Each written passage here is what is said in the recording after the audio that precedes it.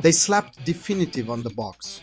In the grim darkness of the far future, is that just marketing, or did Relic actually do right by a stone-cold RTS classic? Here's the spicy truth about Warhammer 40,000, Dawn of War Definitive Edition. If you're new, this is the easiest, cleanest way to play an all-timer. If you're a veteran, prepare to argue with your screen. A lot. Let's line up the bodies. Content-wise, it's a fat package. The 2004 base game, Winter Assault's Imperial Guard campaign, Dark Crusade's Risk-style world map with Necrons and Tau, and Soulstorm's Sisters of Battle vs Dark Eldar Chaos Tour. All campaigns, all factions, all skirmish maps, one launcher. Modern niceties arrive too. Proper widescreen, a much wider camera zoom so you can actually see a battlefield instead of a shoebox, 64-bit under the hood, and an in-game mod manager that lets the legendary mod scene breathe again. For $29.99, with an upgrade discount if you already own the anniversary bundle, that's a lot of DACA. So why the food fight? Because the remaster part is conservative bordering on timid, and reviewers split hard on whether that's respectful or lazy. On the glowing side, some folks see cleaner textures, sharper units vehicles, better lighting, crisper shadows, and UI that scales like it always should have. The core loop is still a banger. Capture points, reinforce squads on the fly, break enemy morale, chain heavy bolters with jump jet assault marines, and park a dreadnought in their living room. Campaign storytelling still carries. The Angelos Isidore arc hasn't lost its bite, and the value for money argument is strong when you count the expansions and multiplayer. Swing the camera and another crowd is shouting bare bones. Cutscenes. Many are still the original 4, 3 videos stretched to 16, 9 like they were interrogated by the Inquisition, faces look wrong, proportions feel off. Pathfinding, a headline talking point, is a philosophical debate.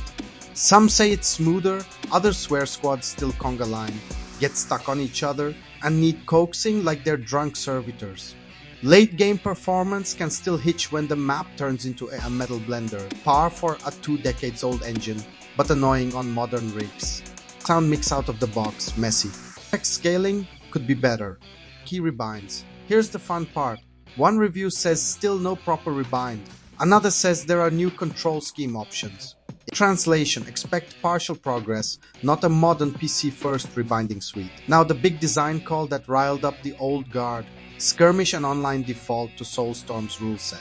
That means flyers exist and flyers bend balance. If you love the feel of base DAO or Dark Crusade skirmishes, you can't just tick a box to disable those units. Purists boo. Pragmatists shrug and say most players won't notice. Both takes are fair, just know what you're buying.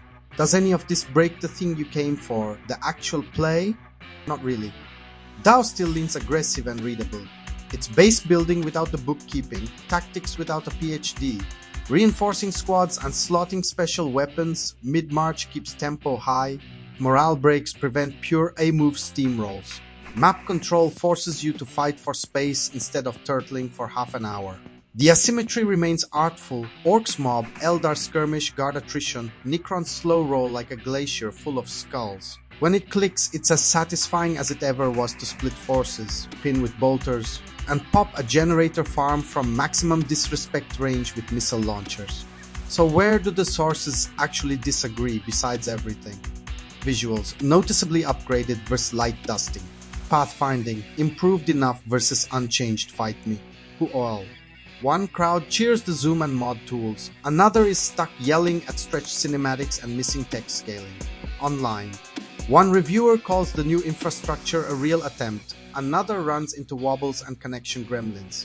Mods. 64-bit is great news and many packages work, but some complex oldies need tinkering. That's the pattern, solid intent, uneven execution, classic experience intact. Here's the veteran game read, no incense burned at either altar. If you've never played Dawn of War, this is the way. You get 4 campaigns worth of single player, skirmish for days, and the most convenient on-ramp to a still lively mod scene. The price is fair for the amount of game, and the camera UI fixes alone make it hard to go back. If you're a returning heretic who wanted a bolder restoration, reworked cutscenes, airtight paving, robust key remaps, selectable rule sets per title, you'll feel the edges. The package honors DAO's shape but rarely exceeds it. It's more best version of the old thing than true remaster. Let's be practical. Playstyle A Campaign Tourist. You want Gabriel's story and the risk-board conquests of Dark Crusade Soulstorm, with fewer launcher headaches and nicer visuals. Buy Playstyle B Skirmish Gremlin. You live for comp stomps, care about unit readability from max zoom, and plan to dabble in mods. Buy, but know the late-game frame rate can still wobble and the Soulstorm rules are the law of the land. Playstyle C Competitive Fossil. You demand deterministic pathing, strict balance knobs, and full keybind sovereignty. Maybe wait for patches and check whether your favorite mods and community tools hit green light. Playstyle D Cinematic Snob. The stretched videos will make you hiss. Consider your tolerance. Mid-roll reality check. If you dig no BS deep dives that actually weigh both sides instead of cosplaying a press release, hitch a ride with Veteran Game and hit subscribe. We autopsy the classics, celebrate the weird, and keep your backlog booby-trapped for only the good stuff. So love letter or lazy neither.